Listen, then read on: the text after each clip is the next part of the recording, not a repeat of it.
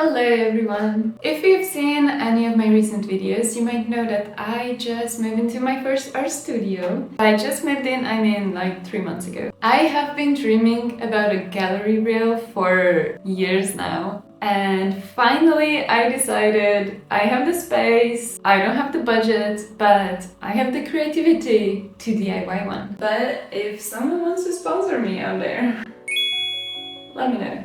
So if you ever wanted that sleek, professional looking gallery wall, but you don't have the budget for it, this video might be just for you. In my previous place, my art studio was my living room, which was really not an ideal situation.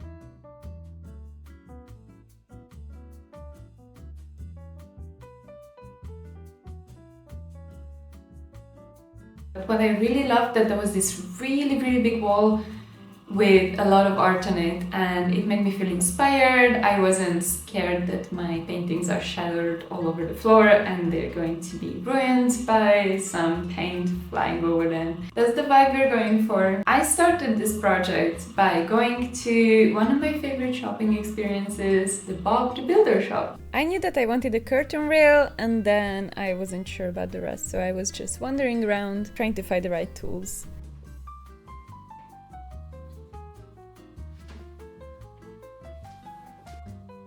I was looking for a curtain rail that can be attached to the wall, but I couldn't find one that can be attached like super sleek, super close to the wall. All of them had like at least a couple of centimeter distance, and that wouldn't work. I have got this curtain rod, which I feel like should work. It is a ceiling one, but I don't want to drill into the ceiling. I want it to hang on the wall because it's more stable, and the ceiling has like this isolation layer, and honestly, I just don't want to mess up the ceiling. I need to find a way to secure it to the wall. For that, I had these little L-shaped things. Probably these are used for the corner of furnitures. Actually, my dad's a carpenter. I think I should know this. But right now, it's gonna be my wall hanger thing. So what I'm going to do is to put this on the bottom, screw it in, secure it, and then also secure it to the wall. Now, the first challenge we're facing is that there is a plug here. Usually plugs have the wiring that goes up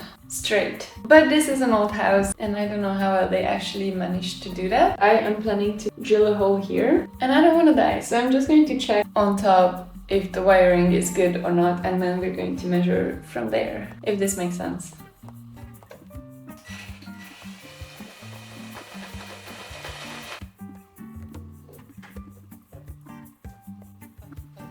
Okay, we're good. So now that we checked that we can go up there, I'm just going to measure out the distances. Every 75 centimeter, there's going to be a little holder thing, just to make sure that it's secure and it's not going to just fall on my head.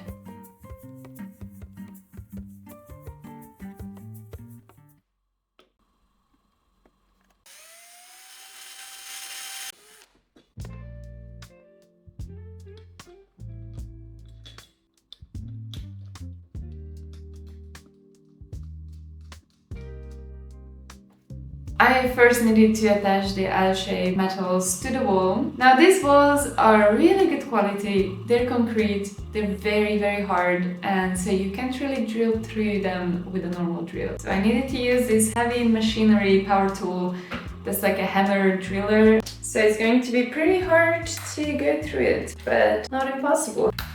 Okay, I was a bit scared to do it, and also I wasn't tall enough, so I asked my boyfriend to help. And you know, teamwork makes the dream work.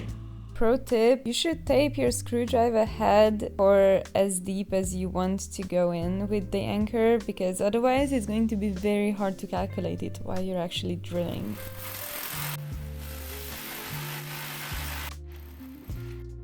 And then I just attached them to the wall. It was a pretty straightforward process. Just, you know, make sure that you're not actually drilling through anything that's going to, you know, kill you or kill your apartment. While I was attaching the rail to the wall, I made sure that the little pulleys are equally divided between the metals that hold it to the wall, because after that you're not going to be able to, you know, pull it from one part to the other. Honestly, it was so easy. It was so straightforward. It's amazing. Now, the part where it starts looking a bit less professional is I used a fishing nylon line. I tried to find one that's around like 1 millimeter, but I couldn't, so I think it's 0.6 millimeters and we'll go with it for now. I think it's strong enough to hold, but just to make sure, I doubled it when I was hanging it. Now here's a little problem solving thing. Because I really wanted to try it out and I didn't have anything at home and all the shops were closed, I decided to bend some nails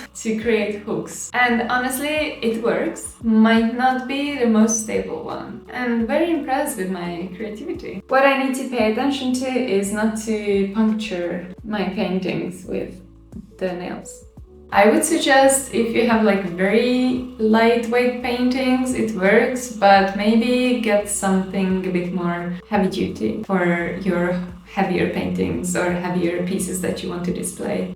The next day, I realized my mistakes. Went and got these little hooks from my local tool shop and they work perfectly. It's also really easy to actually create different heights with the nylon wire. You can just actually create like different knots in it and then you can just hook them into different heights and it's so easy. At this point I needed to wire my paintings and for the love of God I could not find the rings, so I'm just using these ring screws and they actually work really perfectly. For creating the artwork you need to measure and mark around 1/3 of the way down from the top of the frame, both sides. Screw in your ring screws at the marked points on the back of the frame. Just make sure that they are actually aligned. Cut a piece of wire. It should be around like, I don't know, 6-8 inches or like 15 centimeters longer than your art piece. And thread the wire through, loop it back, thread it again, loop it around very tightly until I'm happy with the result.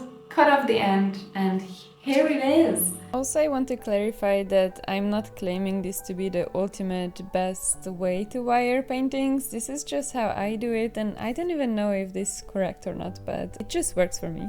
For the bigger pieces, it is nice to actually have 2 wires, so you have the 2 weight-bearing points. And finally, I attached my artwork to the nylon lines using the hooks and magic.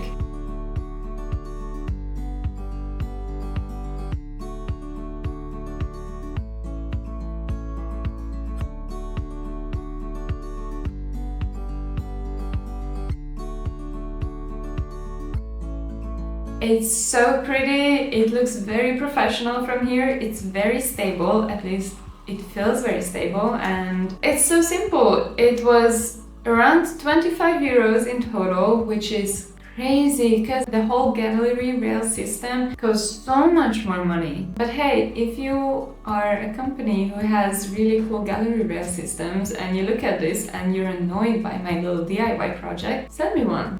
I have another wall that I can attach it to and then we can compare, huh? If you found this helpful, give it a thumbs up and I hope this was educational or entertaining, or you know, you could just look at it and be like, what the hell is she doing? In any case, if you want to see any more of this or just a day in the life of an artist, painting, setting up things, small art business life, then subscribe to my channel and I'll see you in the next one. Bye!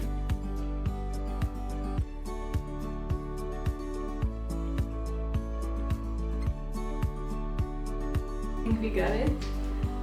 We got a lot.